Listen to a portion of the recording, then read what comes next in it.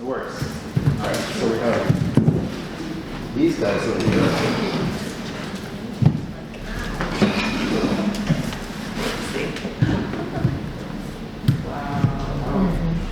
That's intense. They look like a collection. Yeah, definitely. A pair. So what is it that you like about these? Just the Very chaos. abstract. Chaos, right? It's controlled chaos. It's a complete let and go of like, this is really where the I don't give a shit category here. It's not right. The shape on the base on there really captures me. So, This. right, but there's no base, I know, but Right. my brain. puts So, okay, it so let me explain to you what's happening. This is a principle called Gestalt, right? And basically what it is you have key areas that are emphasized, but the entirety of the picture is not shown. But your brain fills in the gaps. So this is what's going on over here. You see? So that's the beauty of it, is that you're actually inviting the viewer in and saying, please, like, you finish the painting for me. Like, whatever it is that you're feeling, finish it for me. Be the one that puts it together. And like 15 of us, 16 of us will have a different idea of how to finish it. And that's the beauty of that. Now there's a natural interaction between the viewer, and the painting itself. There's a communication that's established. Okay? I've done some of my paintings that have been like this. People go, oh, I could see a little Asian monk in there. I'm like, and you're absolutely right. So this is what you get here, okay? Then there's the whole looseness of the entire painting. But composition, we can't argue with the composition, right? And the color palette.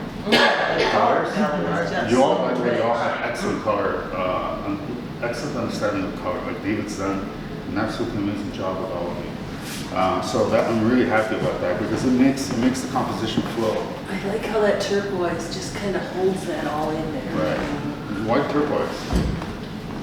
Why did you choose that color? Because I looked at your artwork and I'm serious. I was like, oh, these are happy colors. So then I started looking up palettes from the 50s. Yeah, very good. Then Very good. Did the 50s have those colors? Yeah, that's 50 colors. Nothing wrong with that. And so my only comment on this is lighten up a little bit on the drips on this one. I know it's a work in progress, we're not done. Kill some of those drips, keep some of them, so edit some of the drips. A lot of times when the drips start to come forward, my process is I leave it, I don't touch them, and they become sort of like another painting to the next level. So I'm not saying to kill it by removing them, you just keep adding more paint and it'll slowly cover it, and maybe rather than 3, you'll see 2 of them, but they'll still be underneath. okay. Some of these white areas are starting to look very flat, so they are competing with your box, okay? And this area over here is competing with this area, all right? So what this does is it creates a hole. Similar to what I was saying here, okay? This could potentially create a hole, but it's not because this holds it together. But in this area, it's almost like we cut out a piece of the canvas. So we need to put something in there. Remember how we had those 3 little Right. marks here and then you covered them? So now we have the same situation here. Okay. Okay, starting to happen. Once you cover this will become more relevant, this will become more relevant, and this will actually be pertinent. And the reason that this over here works is because those white marks at the bottom have the place, so we form that triangle. We have that triangle forming over here, that white, and that white comes and get here. We lose it when we have to travel this far up. Would she just take that like she did on that side with the Yeah. I mean, it's a suggestion, it's up to you, Yeah. right? Everything is, yeah.